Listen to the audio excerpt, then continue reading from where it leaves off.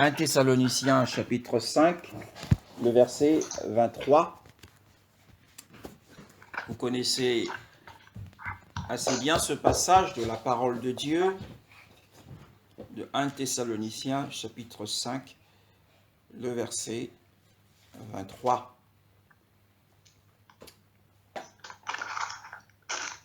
Si vous êtes tous à la page, Amen. Que le Dieu de la paix vous conduise lui-même à une sainteté totale et que tout votre être, l'esprit, l'âme et le corps soient conservés irréprochables lors du retour de notre Seigneur Jésus-Christ. Amen. Amen. Oui, l'apôtre Paul, s'adressant aux disciples, aux chrétiens de Thessalonique, les recommande à Dieu, qui lui-même est capable de pouvoir parfaitement nous sanctifier. Et il parle de l'être entier. L'apôtre Paul nous donne la composition de l'être humain. L'être entier, l'être humain est composé, d'après les écrits de la Bible, l'être humain est composé de l'esprit, de l'âme et du corps. Donc, selon ces écrits, il y a, l'être humain a trois parties. Il a un corps, il a une âme et il a un esprit. Alors, le corps correspond, en fait, ces trois parties correspondent à trois mondes. Et nous l'avons déjà vu dans les enseignements précédents. Le corps correspond au monde physique, le monde matériel qui nous entoure, et l'âme correspond au monde psychique ou le monde psychologique. C'est le monde du bonheur, le monde de la joie, mais c'est aussi le monde du chagrin, le monde de la tristesse. Quand nous éprouvons de la joie, nous éprouvons du bonheur, eh bien c'est au niveau de notre âme.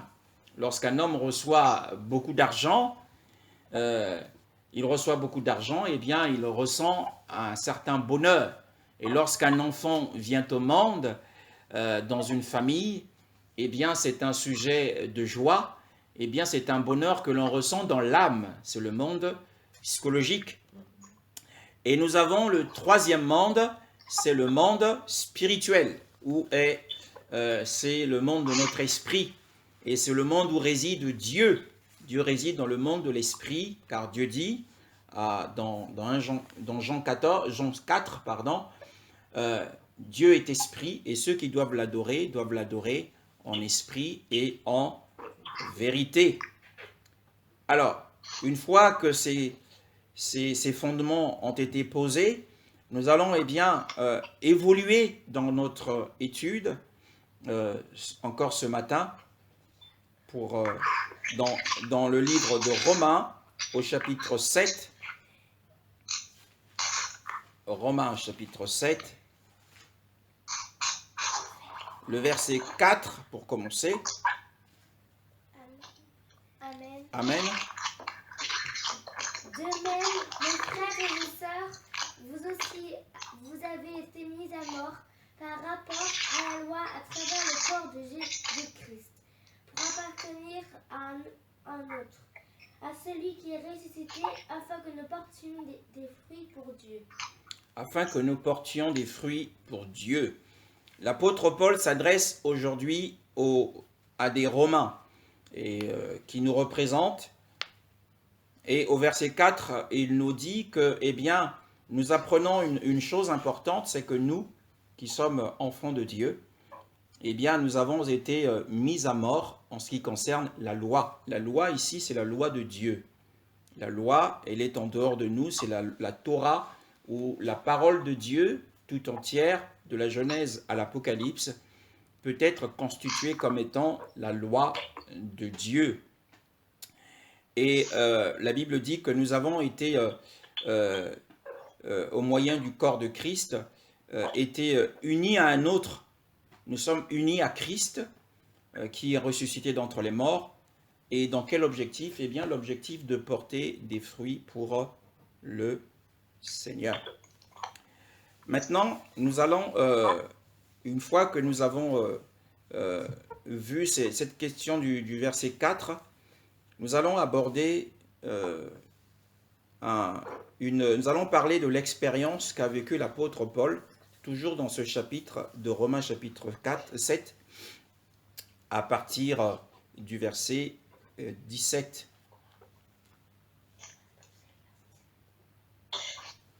À partir du verset 17 jusqu'au verset 23.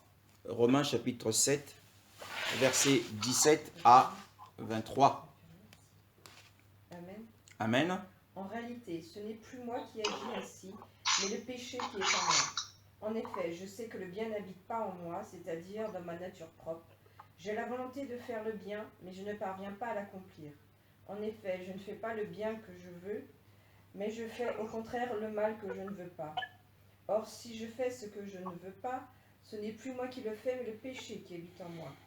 Je découvre donc cette loi, alors que je veux faire le bien, c'est le mal qui est à ma portée. En effet, je prends plaisir à la loi de Dieu, mais dans mon être intérieur, mais je constate qu'il y a dans mes membres une autre loi. Elle lutte contre la loi de mon intelligence et me rend prisonnier de la loi du péché qui est dans mes membres. Qui est dans mes membres. Alors, nous avons ici une expérience que l'apôtre Paul a vécue. Alors, mais cette expérience, on peut se poser la question de savoir, est-ce que l'apôtre Paul l'a-t-il vécue pendant qu'il était devenu chrétien ou avant qu'il ne soit chrétien? Parce que c'est assez étonnant, car il parle en termes personnels, il dit « je ». Le verset 17, il dit « Mais maintenant, ce n'est plus moi qui accomplis cela, mais c'est le péché qui habite en moi. » Le verset 15, car ce que j'accomplis, je ne le comprends pas, car ce que je veux, je ne le pratique pas, mais ce que je hais, je le fais. Or, si ce que je ne veux pas, je le fais, j'avoue, dit-il, que la Torah est bonne, c'est-à-dire la loi. Mais maintenant, ce n'est plus moi qui accomplis cela, mais le péché qui habite en moi. L'apôtre Paul, eh bien, nous décrit une expérience qu'il a vécue, mais la question est de savoir, est-ce que cette expérience est une expérience typique de la vie chrétienne ou ce n'est pas une expérience typique de la vie chrétienne? Puisqu'il parle aux chrétiens de Rome, maintenant pour comprendre si l'expérience que l'apôtre Paul a vécue est une expérience chrétienne ou non, eh bien il faut aller dans le chapitre suivant, le Romains chapitre 8, le premier verset, Amen. jusqu'au verset 2. Amen. Amen. Il n'y a donc maintenant aucune condamnation pour ceux qui sont en Jésus-Christ, qui ne vivent pas conformément à leur nature propre, mais conformément à l'Esprit. En effet, la loi de l'Esprit qui donne la vie en Jésus-Christ m'a libéré de la loi du péché et de la mort. Amen. L'apôtre commence cette partie des Écritures en disant « Il y a donc, dit-il, c'est une conséquence, maintenant. » Quand il parle de maintenant, il dit aujourd'hui. Quand on parle du terme maintenant, cela suppose qu'il y avait un avant. Maintenant, il n'y a aucune condamnation pour ceux qui sont en Christ Jésus. Ce qui signifie que l'expérience de Romains chapitre 7, dont parle l'apôtre Paul, c'est une expérience qu'il a vécue quand il était sous la loi, avant qu'il ne connaisse le Seigneur. Mais après qu'il ait rencontré le Seigneur, il dit « Maintenant donc, il n'y a aucune condamnation pour ceux qui sont en Jésus-Christ. » Parce que la loi de l'esprit de vie, dans le Mashiach Yehoshua, m'a rendu libre de la loi du péché et de la mort. Ça, c'est un premier aspect de cet enseignement, pour savoir que Romains 7 n'est pas une expérience typique de la vie chrétienne. L'expérience typique de la vie chrétienne, c'est l'expérience de Galates 5, qui parle du combat entre la chair et l'esprit. Mais ici, nous allons voir que cette expérience, c'est une expérience avant la conversion. Mais malheureusement, je le dis à notre propre honte, malheureusement, nous chrétiens, nous vivons encore, même dans la vie chrétienne, nous sommes encore en train d'expérimenter ce que l'apôtre Paul avait vécu avant qu'il n'ait rencontré le Seigneur. L'apôtre Paul dit au verset 17, « Mais maintenant, ce n'est plus moi qui accomplis cela, mais le péché qui habite en moi. » Il dit le péché. Le verset 18 dit, « Car je sais qu'il n'y a rien de bon en moi, c'est-à-dire dans ma chair. Parce que le vouloir est à ma portée, mais je ne trouve pas le moyen d'accomplir ce qui est bon. » Premièrement, le verset 17, il dit, « Le péché habite en moi. » Le verbe « habiter », nous savons ce que signifie le verbe « habiter », c'est le verbe « demeurer ». Quand on dit « où habites-tu » n'est-ce pas? On dit à quelqu'un « où habites-tu » mais aussi on peut dire à quelqu'un « où vis-tu » Habiter, c'est vivre, n'est-ce pas? Hein? Habiter, c'est demeurer. Donc, le péché ici, ce n'est pas quelque chose de mort. Écoutez, je ne peux pas dire, par exemple, à quelqu'un que mon poste de télévision ou mon téléviseur habite dans ma maison.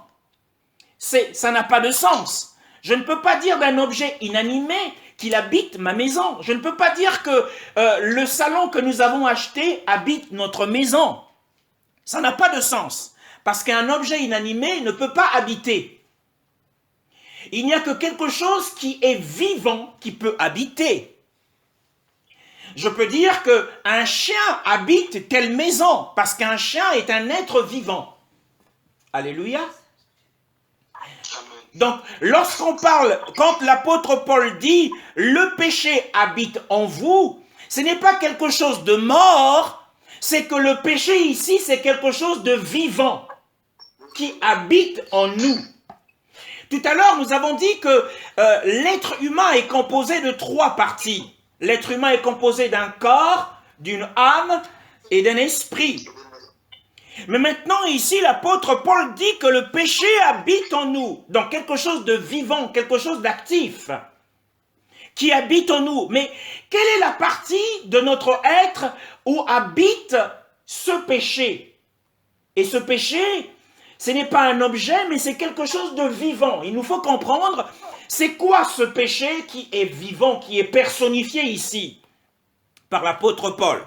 Le verset 18, il dit, « Car je sais qu'il n'y a rien de bon en moi, dit-il. Pourtant, nous sommes composés d'un esprit, d'une âme et d'un corps. Est-ce que tout l'être entier, est-ce que le corps n'est pas bon? Est-ce que rien de bon est dans le corps? Rien de bon est dans l'âme? Rien de bon est dans notre esprit? C'est la question que nous devons nous poser. Car je sais qu'il n'y a rien de bon en moi. » Mais l'apôtre Paul dit, il nous donne l'explication, c'est-à-dire dans ma chair. Parce que le vouloir est à ma portée, mais je ne trouve pas le moyen d'accomplir ce qui est bien.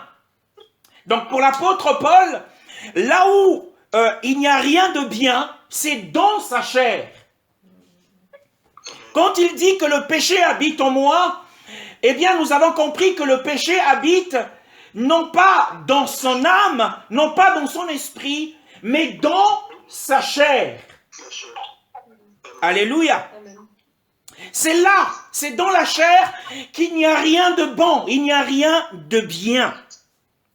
Nous allons essayer de comprendre, à mesure que nous allons évoluer dans cette étude, c'est quoi la chair? Car, le verset 19, « Car le bien que je veux, je ne le fais pas, mais le mal que je ne veux pas, je le pratique. » Il y a un problème avec l'apôtre Paul.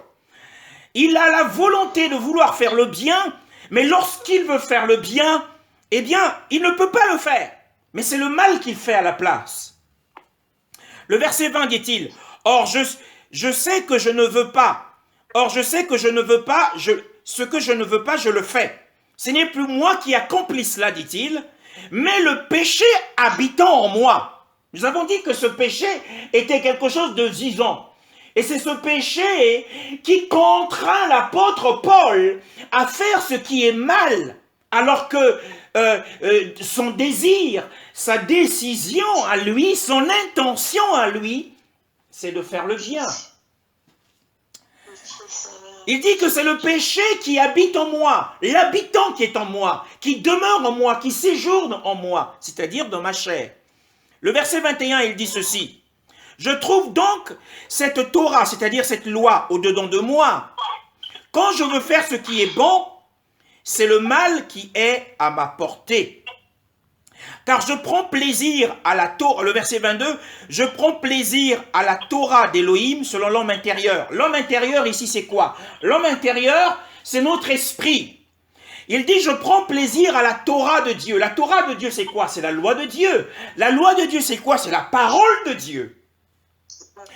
La parole de Dieu est en dehors de lui, eh bien, lorsqu'il prend par exemple la Bible, parce que dans l'Ancienne Alliance c'était le Tanakh, et il prend sa Bible, eh bien son esprit se réjouit de la parole de Dieu. Mais le verset 23 dit-il, mais je vois dans mes membres une autre Torah, c'est-à-dire une autre loi, qui lutte contre la loi, la Torah de ma pensée. Alors le verset 23 nous révèle beaucoup de choses. Le verset 23, le verset 22 nous parle déjà premièrement de la loi de Dieu, et nous avons compris que la loi de Dieu, c'est la parole de Dieu. Puisque Jacques nous dit de plonger nos regards dans la loi parfaite, la loi de la liberté. Dans le livre de Jacques, nous retrouvons cela. Mais le verset 23, il dit que je trouve dans mes membres une autre loi qui lutte contre la loi de ma pensée. Où se trouve notre pensée? Eh bien, la pensée de l'homme est une partie de son âme. L'âme est composée aussi de 3 parties. L'âme est composée de l'intelligence, où il y a la pensée, le raisonnement, la réflexion, l'imagination. Et dans l'âme, il y a aussi les émotions. Les émotions fortes que nous pouvons éprouver, les émotions douces. Et il y a également la volonté. Donc, les 3 parties de l'âme sont l'intelligence, les émotions et la volonté.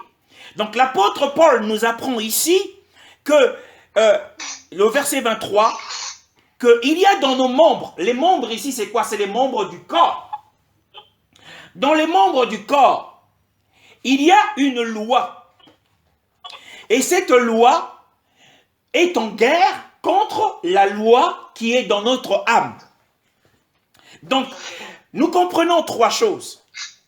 3 choses ici. Premièrement, il y a la loi de Dieu qui est dans la Bible. Il y a la loi qui est dans notre corps. Et il y a une autre loi qui est dans notre âme, qui est la loi de la pensée. Or, la loi de la pensée, c'est la pensée que nous avons de faire le bien. Qui ne veut pas, en tant que chrétien, vivre victorieusement la vie chrétienne? Nous désirons tous. Nous imaginons tous une vie spirituelle. Nous voulons tous vivre une vie chrétienne spirituelle pour plaire à Dieu. Nous voulons tous, obéir à la volonté de Dieu qui est écrite dans la parole de Dieu. Ça, c'est la loi qui est dans notre pensée, dans l'âme, dans notre âme. Mais dans notre corps, il y a une autre loi. Or, au verset 17, nous avons lu, mais maintenant, ce n'est plus moi qui accomplis ça, mais le péché qui habite en moi. Et nous avons vu tout à l'heure que l'habitant là, c'est dans la chair. Or, le verset 23 nous dit, que dans nos membres, dans nos corps, il y a une loi. Donc, nous pouvons associer le péché qui habite en nous avec la loi qui habite dans nos membres. Ça constitue la loi du péché. Le chapitre 8, bien-aimé dans le Seigneur, c'est une parole très très intéressante et édifiante. Le verset 2 que nous avons lu tout à l'heure. Amen. Amen. En effet, la loi de l'Esprit qui donne la vie en Jésus-Christ m'a libéré de la loi du péché et de la mort. Alors, Romains 8 nous parle aussi de notre loi. Donc en fait, nous avons 4 lois. Premièrement, nous avons la loi de Dieu, qui est la parole de Dieu. Deuxièmement, nous avons la loi qui est dans nos membres, c'est la loi du péché. Et troisièmement, nous avons la loi qui est dans notre âme, qui est la loi de la pensée. C'est à travers cette loi que nous concevons ce qui est bien. n'est-ce pas, pour obéir à Dieu. Car nous désirons tous obéir à Dieu. Nous désirons tous être fidèles au Seigneur. C'est dans notre pensée. Mais l'apôtre Paul nous dit ici au verset 2 qu'il y a une autre loi, qui est la loi de l'esprit de vie.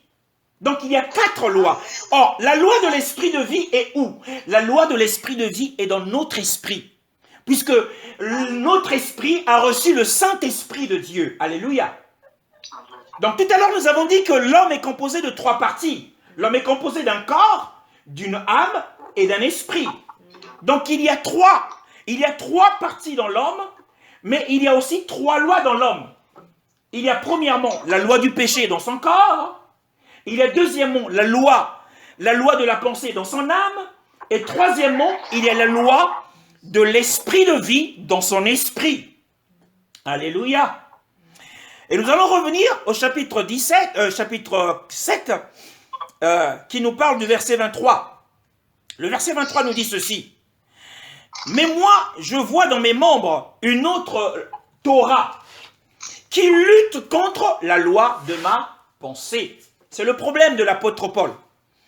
Le problème de l'apôtre Paul, c'est que quand il décidait, par exemple, nous pouvons en fin de semaine dire au Seigneur, « Oh mon Dieu, je t'aime tellement, je voudrais cette semaine être le chrétien le plus humble qui soit. » Oh, tu peux prier pour être le chrétien le plus humble. « Oh Seigneur, aide-moi à être un chrétien humble. » Vous allez vous rendre compte, lorsque vous allez prier ainsi, vous allez vous rendre compte que dans la semaine, vous serez l'homme le plus orgueilleux qui soit. Parce que lorsque vous avez l'intention d'être humble, ça c'est la loi de la pensée. La loi qui est dans ton corps va se dire, ah bon, tu penses que tu vas pouvoir le faire. Cette loi va se lever et va combattre la loi de ta pensée.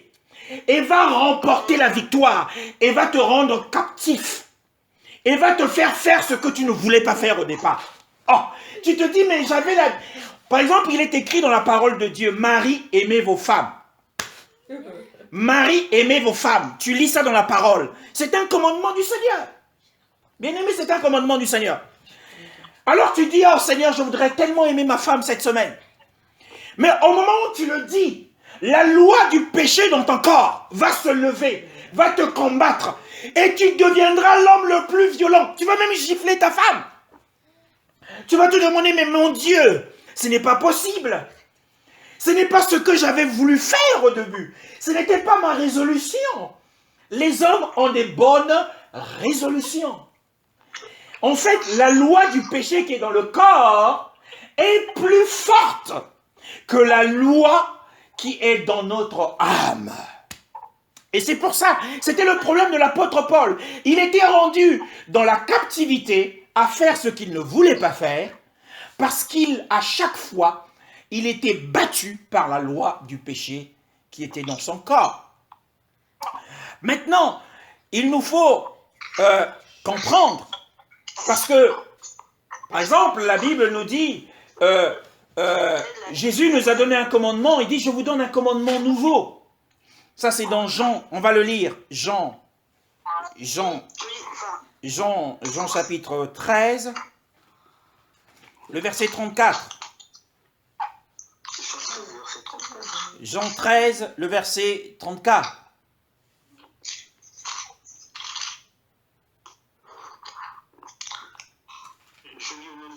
Oui, oui, mon frère. Je vous donne un commandement nouveau. Aimez-vous les uns les autres comme je vous ai aimé. Vous aussi, aimez-vous les uns les autres. Oui, donc nous voyons qu'à travers ce passage, c'est un commandement. Un commandement est une loi. Alors, nous pouvons dire à un frère, mais il est écrit, frère, aime ton prochain comme toi-même. Mais la cohabitation entre deux frères, les deux frères peuvent avoir des caractères différents. Et il peut se passer des choses pendant qu'ils vivent ensemble. Et ce commandement peut être violé tout simplement parce que, alors qu'au départ, les deux frères aimeraient tellement être dans l'amour, vivre, marcher dans l'amour, s'aimer, se parler avec douceur, mais à cause de la loi du péché qui agit, qui habite, qui est vivant en eux, eh bien, ils sont arrivés à pouvoir se haïr, se combattre, se disputer. Hein? C'est pareil pour les enfants. La Bible nous demande aux enfants d'obéir à leurs parents comme au Seigneur. Et la plupart des enfants n'arrivent pas à obéir à leurs parents. Et bien pourquoi? Et c'est à cause de la loi du péché qui est dans leur corps. Maintenant, nous allons essayer de comprendre ce qui est arrivé. Nous allons passer dans la Genèse au chapitre 2, le verset 7, que nous avons étudié. Genèse 2, verset 7. Oui, frère Div. Genèse 2, verset 7. Je lis au nom du Seigneur. Oui. L'Éternel Dieu forma l'homme de la poussière de la terre. Il souffla dans ses narines un souffle de vie et l'homme devint un être vivant. Amen. Donc nous voyons que l'homme a été formé de la poussière. L'homme est un vase terrestre. Donc il faut que l'on fasse la différence entre le corps et la chair. C'est quoi le corps? Eh bien, à l'origine, Dieu a formé un corps pour l'homme. Dieu lui a donné un corps. Et le verset 9, le verset 9 et le verset 16, pardon frère. 16 à 17. Le verset 16 à 17. Le verset 16 à 17. Oui. Je lis au nom du Seigneur. Oui. L'Éternel Dieu donna cet ordre à l'homme. Tu pourras manger de tous les arbres du jardin, mais tu ne mangeras pas de l'arbre de la connaissance du bien et du mal, car le jour où tu en mangeras, tu mourras. Oui.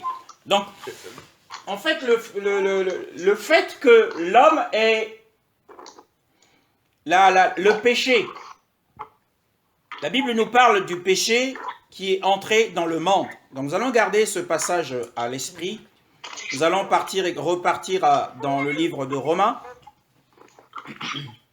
Romains chapitre 5, le verset 12.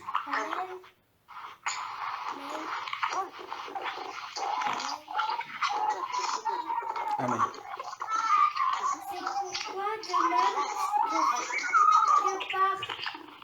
C'est pourquoi de même que par un seul homme le péché est entré dans le monde.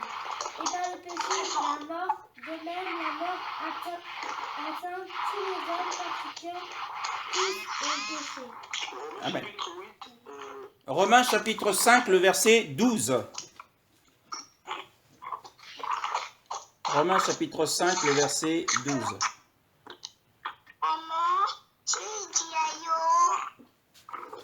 Romains chapitre 5, le verset 12. Chapitre 5, verset 12. Hein? Oui, Ok. Je lis au nom du Seigneur. oui, C'est pourquoi, comme par un seul homme le péché est entré dans le monde, et par le péché la mort. C'est la mort qui est entrée sur tous les hommes, parce que tous ont péché. oui. Nous voyons qu'ici, à partir de ce passage, que le péché est entré dans le monde. Et tout à l'heure, nous avons vu que le Seigneur a mis en garde Adam de ne pas toucher au fruit de l'arbre de la connaissance du bien et du mal. Il dit, le jour où tu le mangeras, tu mourras. Tu mourras. On va prendre un exemple. En fait, la désobéissance d'Adam, le péché n'est pas forcément rentré dans le fait que Adam ait brisé le commandement du Seigneur. Mais le péché est entré dans Adam le jour où il a pris le fruit de l'arbre de la connaissance du bien et du mal et l'a mangé. En fait, lorsque nous mangeons quelque chose, nous savons tous que nous recevons tous les nutriments qui sont dans cette chose. Si nous mangeons une pomme, eh bien, il y a un élément de la pomme, la vie qui est dans la pomme, qui va s'ajouter à notre vie. En fait, le péché est entré dans Adam dès lors qu'il avait mangé le fruit. Ce n'est pas simplement parce qu'il avait désobéi. Nous allons prendre un exemple. Vous achetez un produit toxique qui peut considérer comme être du poison, que vous placez quelque part, que vous gardez dans votre maison. Et vous dites à vos enfants, attention, ne touchez pas à ce produit, c'est un poison. Parce que si vous touchez à ça, vous allez mourir. Et le jour où vous sortez, l'enfant, on ne sait pas par quel esprit, va prendre ce produit et va le boire. Non seulement cet enfant vous a désobéi, ça c'est une chose, mais le problème le plus crucial, c'est le poison qui est dans le flacon que l'enfant a ingurgité. En fait, la désobéissance, c'est une chose, mais lorsque vous allez revenir, vous n'allez pas simplement vous acharner sur l'enfant parce qu'il a désobéi, mais vous allez tout faire pour essayer de sauver l'enfant parce que vous êtes conscient que le poison est entré en lui. Et le poison est en train de détruire ses organes. Alléluia. C'est ce qui s'est passé avec Adam lorsqu'il a mangé le fruit. La vie qui était dans le fruit, c'était une vie de mort. C'était une vie de péché.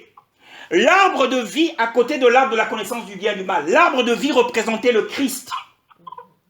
Et l'arbre de la connaissance du bien et du mal représentait Satan. Et donc, la vie qui était dans le fruit de cet arbre-là, c'était un arbre vivant.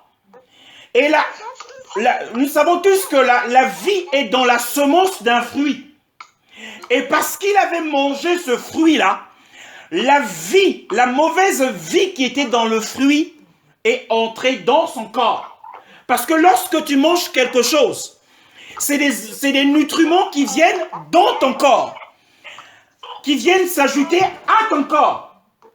Si tu manges que du poisson, eh bien tu auras les nutriments du poisson dans ton corps.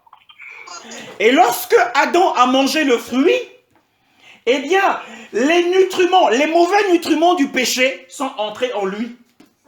C'est pour ça que l'apôtre Paul dit, je sais que le péché habite en moi. C'était quelque chose de vivant, bien-aimé dans le Seigneur. Donc, pour comprendre ce que c'est que la chair, le corps, c'est quoi? Le corps, eh bien, c'est le vase originel créé par Dieu. Mais lorsque le péché est entré dans le corps d'Adam, le corps est devenu la chair. Alléluia. C'est de là que vient la chair. Le péché qui habite en nous. Donc, en réalité, nous avons aussi 3 vies. Lorsque Dieu a créé l'être humain, il a vu que cela était bon.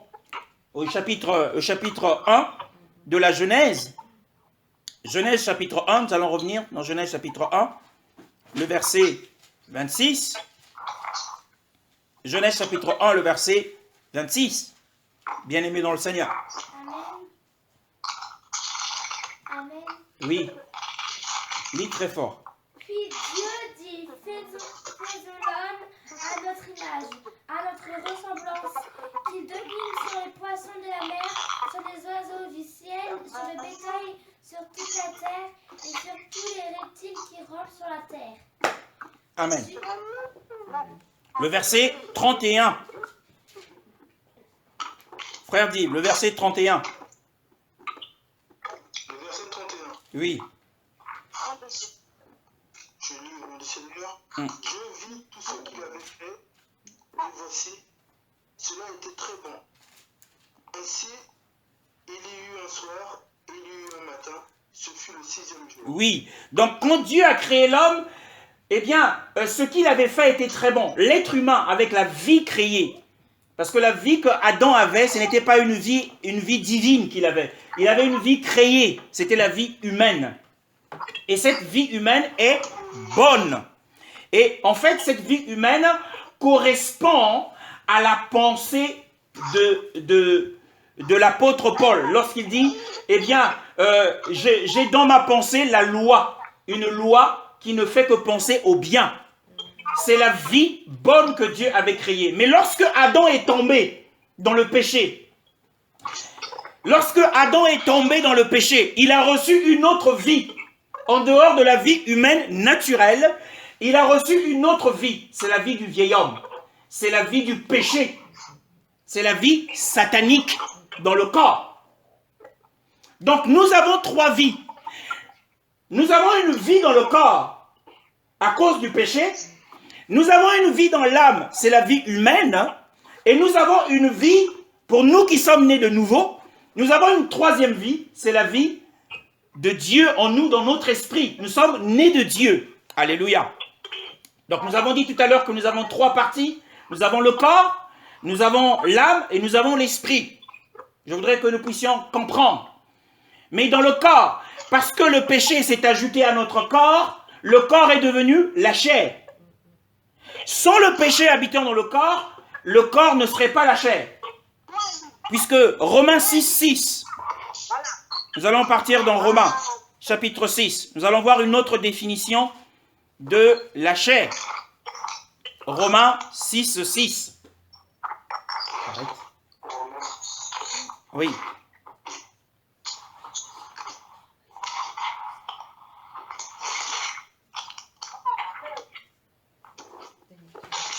Romains 6.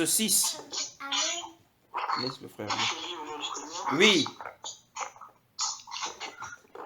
Sachant que notre vieil homme a été crucifié avec lui, afin que le corps du péché fût détruit, pour que nous ne soyons plus esclaves du péché. Amen. Amen. Afin que nous ne soyons plus esclaves du péché. Donc, le corps du péché ici, c'est aussi une autre définition de la chair. Donc, il y a d'abord le corps, mais parce que Adam avait mangé le fruit, eh bien, le péché s'est ajouté à son corps. Et le corps du péché, ici, c'est la chair. Donc, le corps du péché est sans emploi lorsque, eh bien, le vieil homme, c'est-à-dire notre âme, est mise à mort à la croix. Parce que quand on parle de crucifié ici, on parle de la croix. Hein? Donc, nous avons une vie dans le corps, c'est la vie, puisque nous avons dit que le péché habite. Donc, c'est quelque chose de vivant. Donc, nous avons une vie dans le corps, et nous avons une vie dans l'âme, et nous avons une vie dans l'esprit. Et en plus de cela, nous avons la Torah de Dieu. Donc, il y a les 3 lois. Mais la loi du péché combat toujours la loi de notre âme. La loi qui est dans notre âme est toujours vaincue par la loi du péché et de la mort. Donc, qu'est-ce que le Seigneur veut nous dire ce matin? Eh bien, le Seigneur veut nous apprendre ce matin que nous n'avons pas à faire des efforts.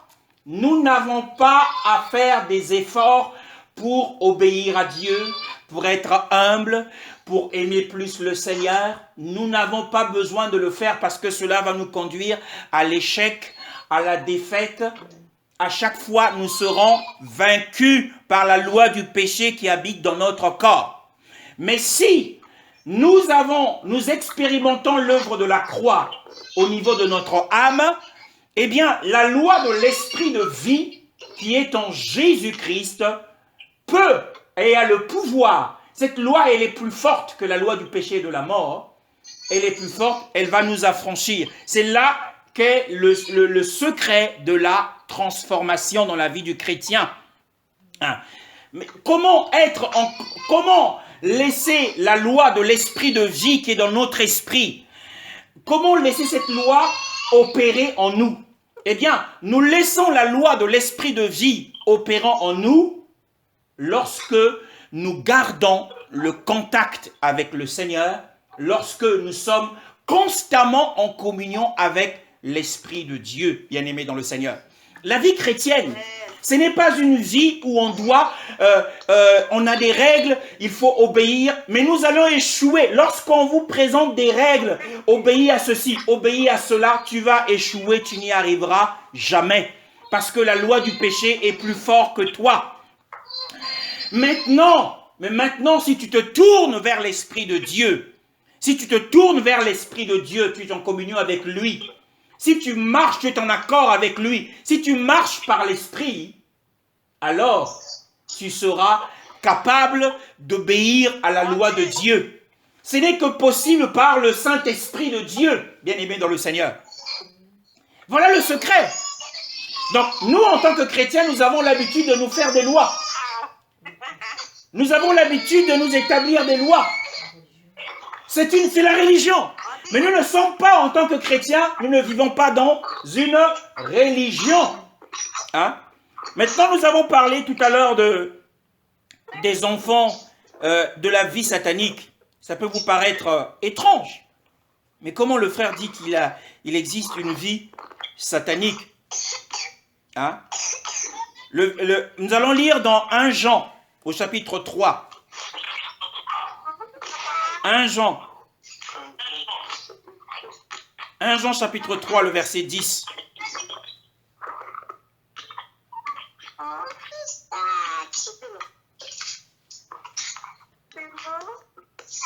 1 Jean chapitre 3, le verset 10.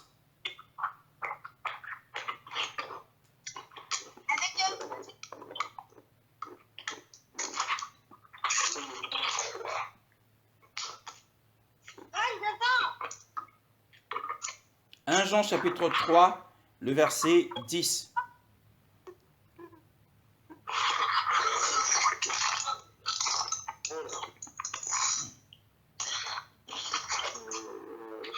Jean chapitre 3, le verset 10.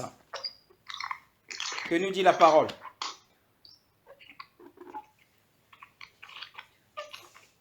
Jean chapitre 3, le verset 10.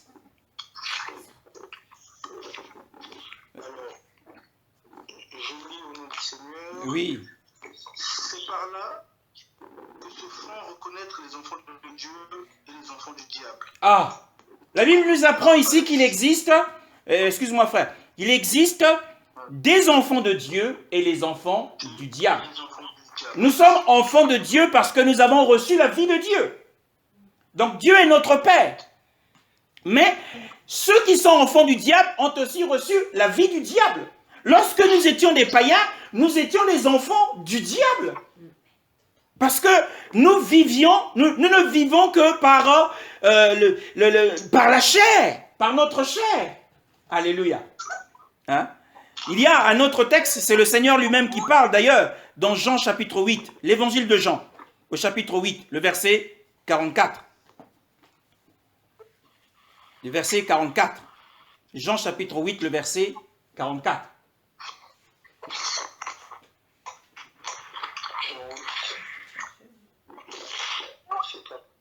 Oui. Jean chapitre 8, le verset 44.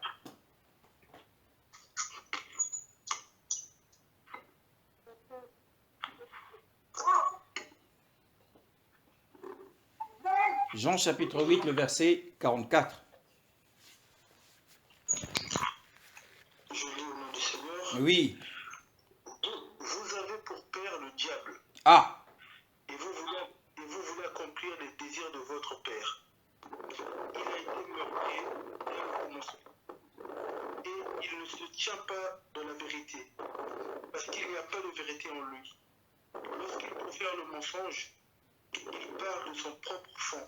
Oui. Car il est menteur et le père du mensonge. Oui, donc nous voyons que Satan aussi est un père et qu'il a des enfants. Tout à l'heure, nous avons vu qu'il avait des enfants. Or, un père, ce titre est donné qu'à ceux qui sont géniteurs, sources de vie, qui peuvent engendrer.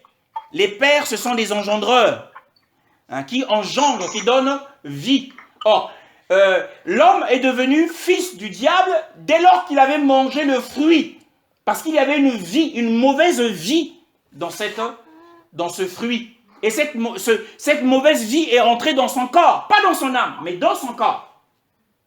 Et à partir de là, l'homme est devenu charnel. L'homme est devenu charnel. Donc, il y a 3 lois. Nous avons la mauvaise loi, c'est la mauvaise loi qui est dans le corps. Et nous avons la bonne loi de la vie humaine, car Dieu dit, a vu que ce qu'il avait créé était bon. C'est la loi qui est dans notre âme. Et la loi spirituelle, c'est la plus forte de toutes, c'est la loi de l'esprit de vie qui est dans notre esprit, bien-aimé dans le Seigneur. Hein? Par exemple, la Bible dit dans Romains 6,6 que notre vieil homme a été mis à mort à la croix, afin que le corps du péché, c'est-à-dire la chair, soit rendu sans emploi. En fait, l'employeur, pour parler terre à terre, l'employeur de la chair, c'est le vieil homme.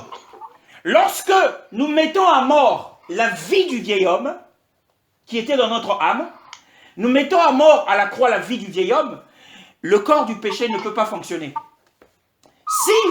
Si je ne prends aucune résolution, eh bien le corps du péché ne fonctionnera pas. Le corps du péché va se lever pour me combattre dès lors que je vais prendre la décision d'être fidèle à Dieu. Je vais prendre la décision de prier toutes les nuits de 4 heures à 5 heures. Je vais prendre la décision de prier toutes les nuits de 4 heures à 5 heures. Mais vous allez voir, lorsque vous prenez cette décision, la loi du péché en vous va se lever et va vous combattre pour vous empêcher d'accomplir cette loi, d'obéir à Dieu. Et vous allez avoir la culpabilité, mais pourtant, j'avais pris un engagement. Beaucoup d'entre nous avons pris des engagements devant le Seigneur. Quand nous étions jeunes chrétiens, nous avions pris beaucoup d'engagements. Je te servirai, Seigneur. Je ferai des grandes choses pour toi. Je gagnerai beaucoup d'âmes pour toi. Ça, c'est la loi, frère. C'est la loi du bien qui est dans notre âme. Mais nous ignorons que dans notre corps, il y a un corps. Il y a une autre loi, une mauvaise loi qui va nous vaincre, qui va nous battre.